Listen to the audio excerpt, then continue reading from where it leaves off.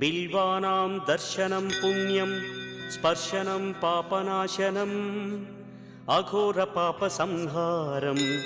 एकबिल्वं शिवार्पणम् सहस्रवेदपाठेषु ब्रह्मस्थापनमुच्यते अनेकव्रतकोटीनाम् एकबिल्वं शिवार्पणम् अन्नदानसहस्रेषु सहस्रोपनयनं तथा अनेकजन्मपापानि एकबिल्वं शिवार्पणम् बिल्वाष्टकमिदं पुण्यं यः पठेत् शिवसन्निधौ शिवलोकमवाप्नोति एकबिल्वं शिवार्पणम्।